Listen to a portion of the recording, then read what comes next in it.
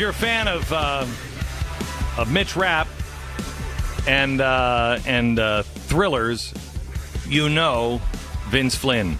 Vince is one of the best thriller writers out there today, probably the Tom Clancy of our generation, and it's always great to have him on because he's pretty outspoken on just about everything, and his opinions are usually right on. Vince Flynn, how are you, sir? Good, Glenn. How are you? Very good. The Last Man is out, and it is a terrific read. Terrific book. Thank you. Really good. And I want to talk to you a little bit about it because I think there's some parallels on some things that are maybe happening right now. I mean, I'm reading this thing, Vince, and I'm like, what when did you write this? Yesterday? Yeah. I mean, you really have nailed a few things.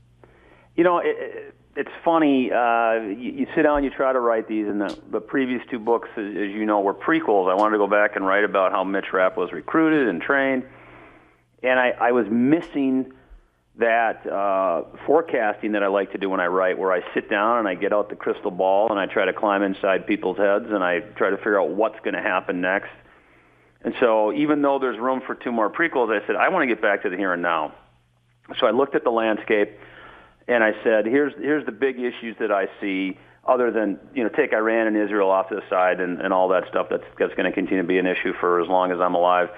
And I looked at Pakistan and Afghanistan, and a tactical retreat out of Afghanistan wasn't going to be an easy thing. So I started writing about the green on blue violence, before that started popping up.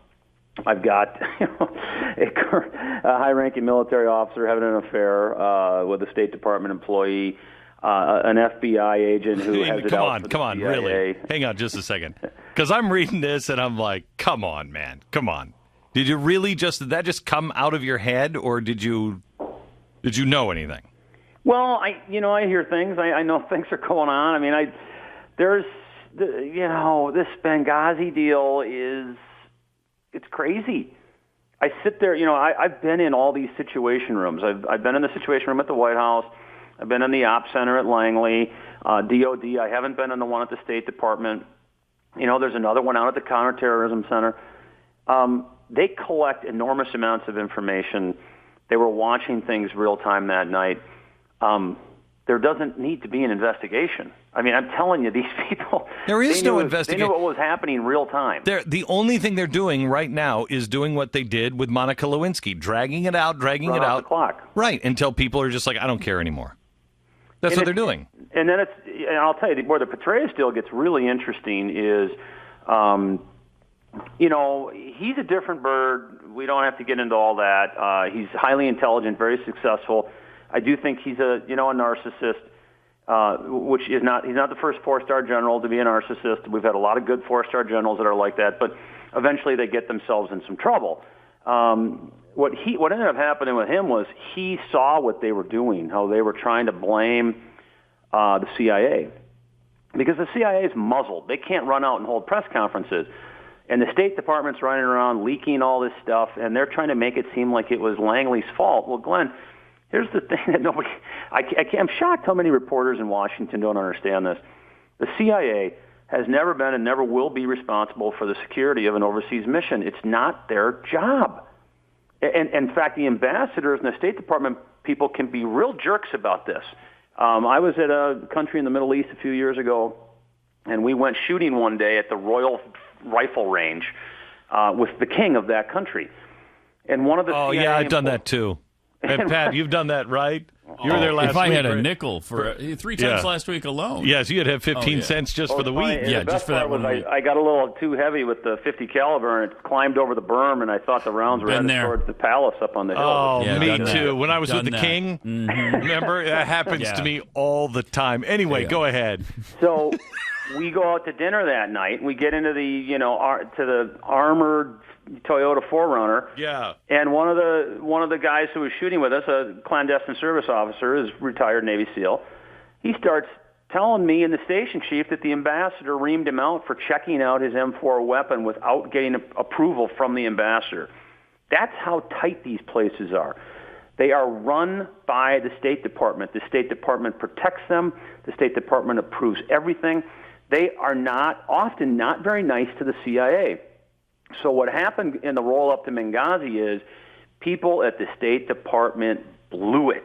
They blew it in more ways than we can begin to count, and they didn't even bother to sit down with the Pentagon and say, listen, you know what, we're not going to give them this extra security, but we might want to put a contingency plan together just in case. And then here's the big question, Glenn, that I'm just shocked that nobody is asking.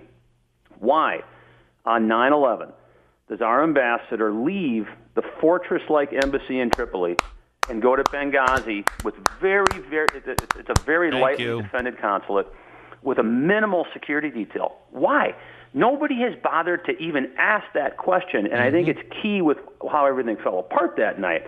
So you can't blame the Defense Department, you can't blame CIA, but you sure as heck can blame State and the White House. It's gun running. We're gun running over there. Oh, I don't know. No, come on. What do you think it is? I'm trying to stay positive. I've heard some rumors as to why he went, and I'm not going to be the one that's going to float those because they're only single sourced and they're secondhand. But it's a logical question to ask. If he was afraid for his life, and he knew that Benghazi was a trouble spot for these terrorist groups, why on 9/11 does he get in a SUV with 3 bodyguards and that's it, and go to Benghazi? It doesn't make any sense. We are we're gutting our military right now. You agree? Mm-hmm. We're gutting them. Well, it's been 10 years of attrition. We're not doing a good enough job of replenishing. I mean the leadership. We've lost 4 stars and an admiral in the last 60 days. We are somebody's cleaning house. No, Glenn. See, this is where I'll disagree. They're gutting themselves. These are self-inflicted wounds, and you spent enough time around these guys. A lot of them are impressive. You don't become a 4-star general, by being a moron. Although I question some of the behavior of these guys that has come to light the last couple of weeks. They're acting more like high schoolers on Facebook than they are, 4-star generals with very high security clearances. We live in a day and age now where we want to try to explain away every immoral behavior on the planet. And the truth is, that's a bunch of crap. These guys have adjudicated over men and women under their command for 30-plus years, and they have removed them from command for doing exactly this. They knew what they were doing, and it was wrong. I don't want to get into this game of Ike did it. These guys are supposed to be better than politicians. We expect it out of our politicians, unfortunately. I'm not making excuses for them at all.